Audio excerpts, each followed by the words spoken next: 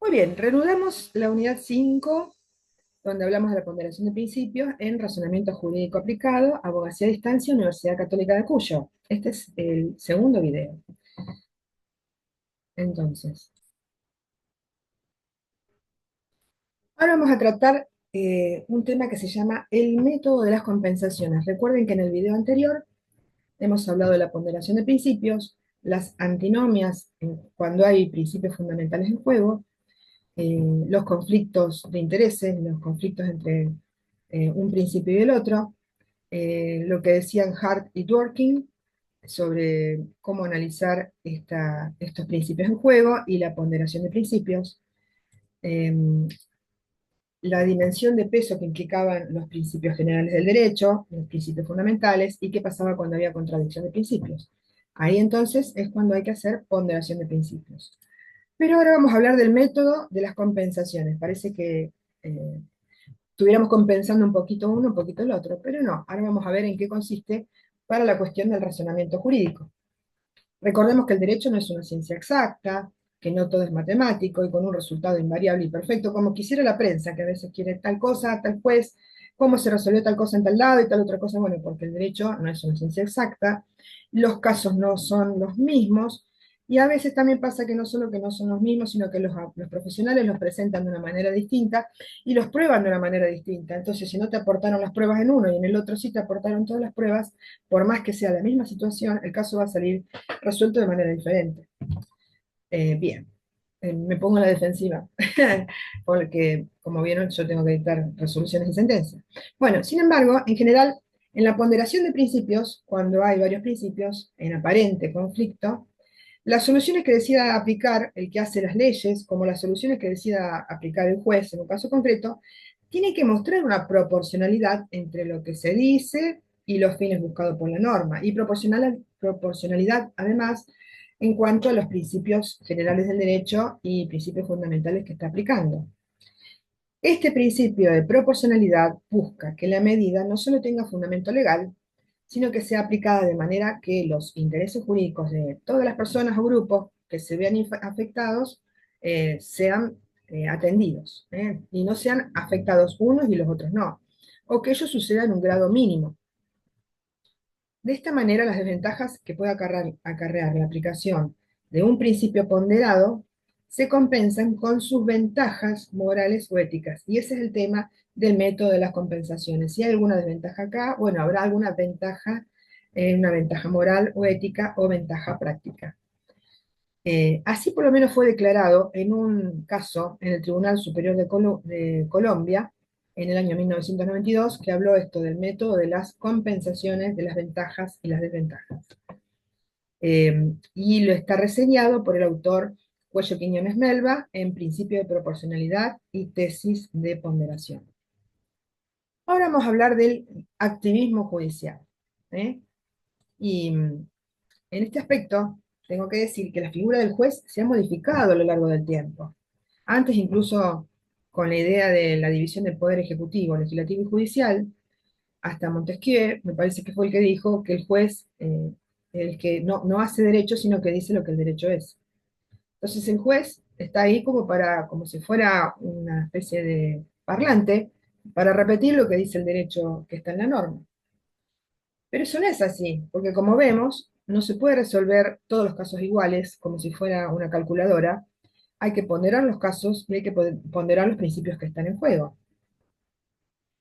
Existe un movimiento llamado activismo judicial, a veces como denostado o mal llamado, y es entonces el término activismo judicial se lo toma como si fuera un insulto.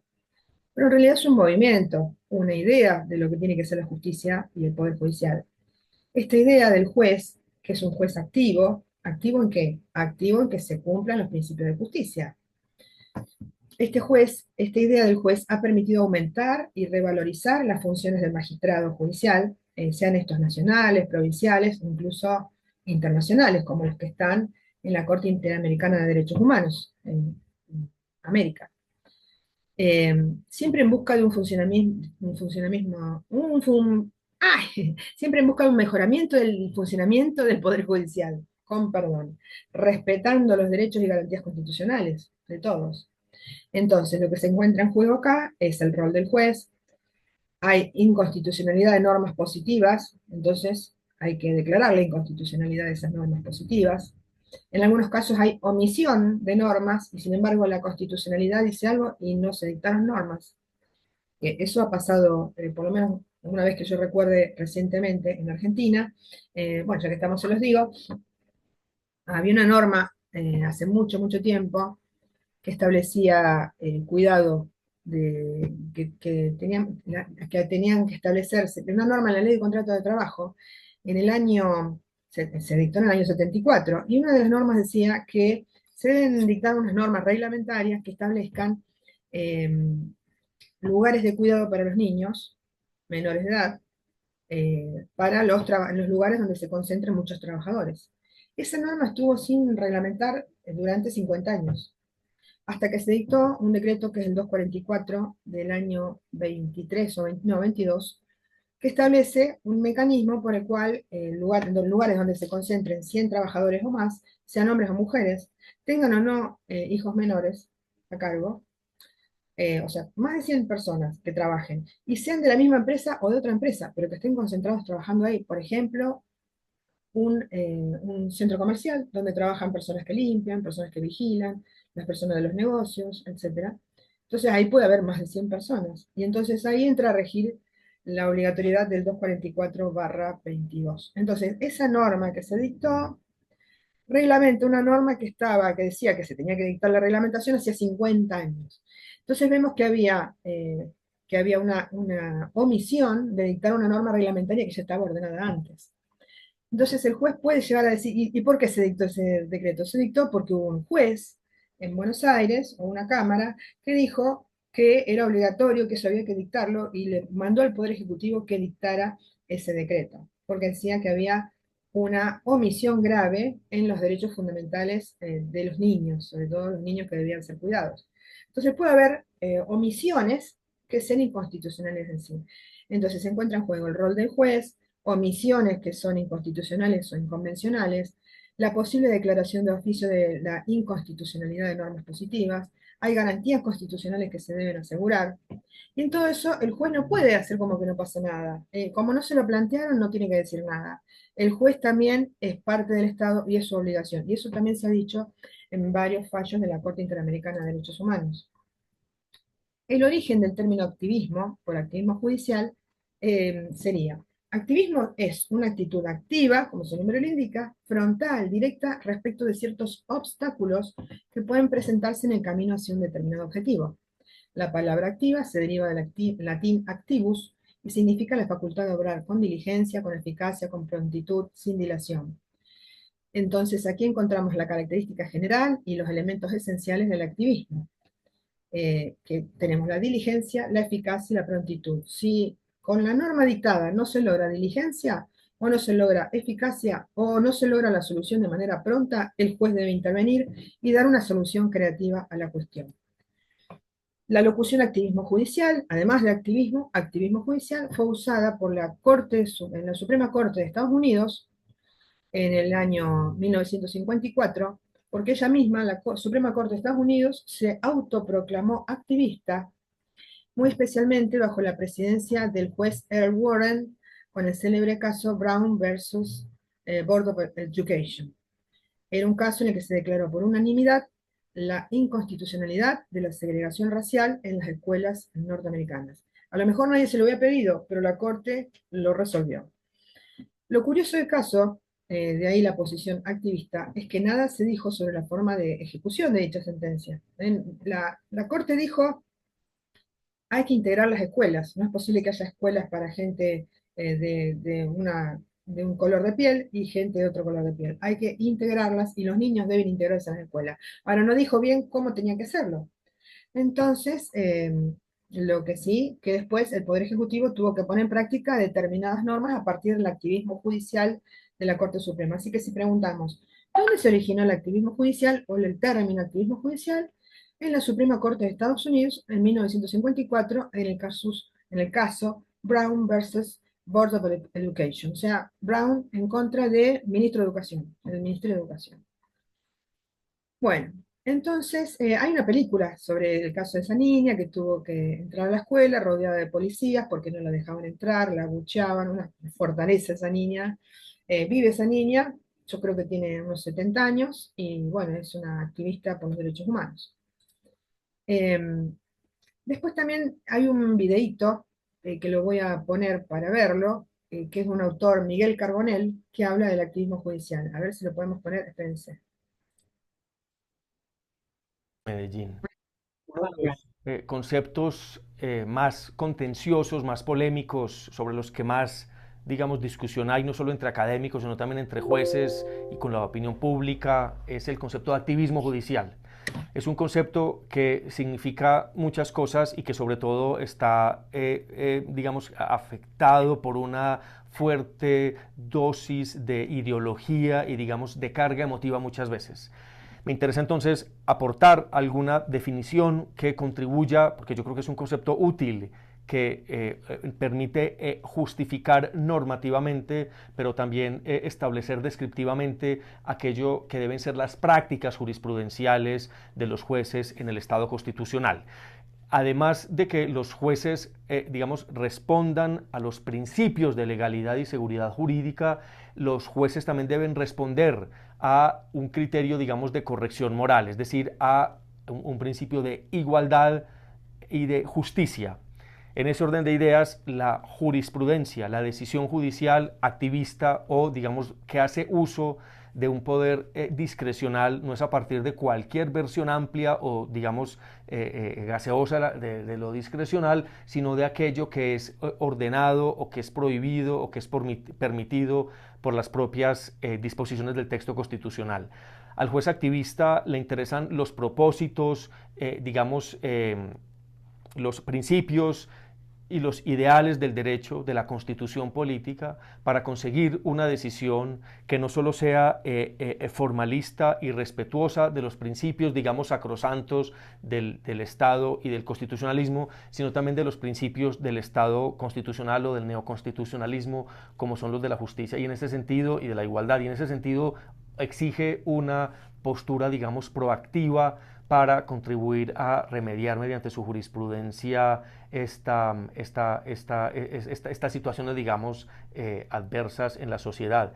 La Corte Suprema de México ha dado lecciones interesantes, por ejemplo, en sentencias recientes, sobre el uso del argumento del derecho comparado o sobre la reivindicación de la idea de autonomía en sentencias como sobre el matrimonio homosexual y la despenalización del consumo recreativo de la marihuana. En esas decisiones se observa, digamos, una preocupación por contribuir a transformar la sociedad a partir de los mandatos constitucionales el respecto a la autonomía y a la dignidad, a la igualdad.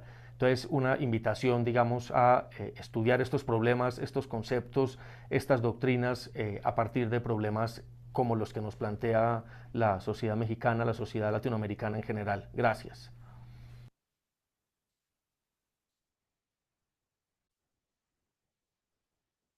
Bueno, habiendo visto este video del autor, es mexicano, pero vieron que él le hace un enfoque latinoamericano, vamos a seguir con la cuestión siguiente, es, está bien, el activismo, como dijo el autor, este autor que vimos en el video, a veces se lo toma de mala manera, se considera que el activismo está mal, porque ¿por qué los jueces van a ir contra algo sacrosanto? Lo que pasa es que corresponde a un antiguo paradigma, el paradigma dispositivo, donde el juez solamente tenía que mirarla pasar y ver que la parte actora dice una cosa, la parte demandada dice otra cosa, y hay que estar congruentemente solo con lo que dicen esas partes, y aun cuando estuvieran en juego derechos fundamentales y derechos constitucionales en juego. Entonces, si bien, como dije, la palabra activismo y activismo judicial tuvo sus comienzos en esos fallos de la Corte de Estados Unidos en 1954-57, ya en la época de las 7 partidas del rey Alfonso el Sabio se hablaba de algo así, porque las 7 partidas le decían a los jueces que el juez estaba obligado a saber la verdad del pleito por cuantas maneras pudiese. Le daba un poder muy amplio al juez entonces era un juez activista también, siempre que lo fuera en aras de esclarecer la verdad del litigio. Las 7 partidas del rey Alfonso el Sabio. Resumiendo, el juez activista es un magistrado que, desprovisto de toda formalidad o guardando formas solo por los derechos de las partes, pero superando la rigidez de las formas, brega por el cumplimiento de sus propósitos en búsqueda de la verdad jurídica objetiva con respecto a los derechos constitucionales en juego. ¿Cuáles son las características del activismo judicial? Tenemos el concepto de que el Poder Judicial es un poder del Estado y es responsable como el Estado. Y eso lo han dicho varios fallos judiciales, incluso de la Corte Interamericana de Derechos Humanos. El caso Spoltore, por ejemplo, condenó al Estado argentino por un caso judicial que había demorado como 9 años, un accidente de trabajo, y eso era culpa de los jueces y del procedimiento, que había sido muy lento. Bueno, y lo condenó al Estado, porque el Poder Judicial era parte del Estado. Entonces, el concepto de que el Poder Judicial es parte del Estado forma parte de la cosmovisión de la idea del activismo judicial. El respeto de la Constitución y las convenciones internacionales de derechos humanos a la rajatabla. La búsqueda de la justa solución del caso, la creatividad en las sentencias, el protagonismo del tribunal y el ayornamiento en el servicio de justicia. Todo eso son características del activismo judicial. El autor Jorge Peirano, que es extraordinario en materia de derecho procesal, habla también del activismo judicial y dice, este autor, Peirano, que el activismo judicial, el juez es creativo y ha aportado numerosos institutos procesales, un juez creativo y activo, como las medidas autosatisfactivas, la reposición in extremis, que es un tipo de recurso de reposición o de reconsideración en un caso extremo, aun cuando, por ejemplo, se hubiese vencido el plazo, pero es tan extremo que la injusticia clama al cielo y entonces hay que resolverlo igual. Los casos de tutela anticipatoria también, o tutela anticipada, también empezaron siendo resoluciones judiciales de un juez que fue activo. También a eso hay que sumarle los casos de inconstitucionalidad de oficio o por omisión, herramientas que resultan de vital importancia en el fiel resguardo de los preceptos constitucionales. Todo eso lo dice el doctor Peirano. Ahora vamos a analizar algunos casos judiciales. Un caso que se considera viejito, pero como un leading case en Argentina, es el caso Mendoza Beatriz contra Estado Nacional. Bien, ahora también acá voy a interrumpir un segundito para mostrar un pedazo de un videito. Espérense.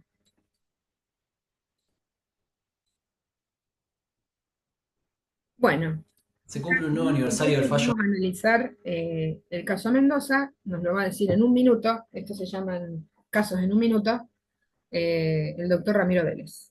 Creo que ahora ya es doctor. Mendoza, que trató sobre la contaminación de la cuenca Matanza-Riachuelo. La causa se originó a partir de una demanda iniciada por 16 vecinos de la zona de Villa Inflamable del partido de Avellaneda, en la cual le reclamaban el Estado Nacional a la Ciudad de Buenos Aires, a la provincia y a 44 empresas por la contaminación de la cuenca. Además, reclamaban la creación de un fondo específico para el saneamiento de la cuenca Matanza-Riachuelo. El caso, que llegó de forma originaria a la Corte Suprema y que admitió la competencia por tratarse de recursos ambientales interjurisdiccionales, contó con la participación de distintas ONGs y la celebración de distintas audiencias durante más de 2 años. A la hora de resolver, el 8 de julio del 2008, la Corte entendió que la recomposición y prevención de daños al ambiente obliga al dictado de decisiones urgentes, definitivas y eficaces. Así consideró que los 3 estados eran responsables por la contaminación y ordenó a la CUMAR, la Autoridad de la Cuenca Matanza-Riachuelo, a mejorar la calidad de vida de los habitantes de la cuenca, la recomposición del ambiente en todos sus componentes, aire, agua y suelo, y a prevenir daños con suficiente razonable grado de predicción. Además, durante la ejecución, contó con la presencia de la Defensoría del Pueblo de la Nación y 5 ONGs que participarían en el control de esa ejecución, y en el año 2012 dividió la ejecución de la sentencia en 2 juzgados. Por un lado, la Justicia Nacional Criminal, que iba a controlar lo atinente a los contratos de agua potable, cloacas y basura, mientras que el Juzgado Federal número 2 de Morón haría el control del resto de la ejecución de la sentencia.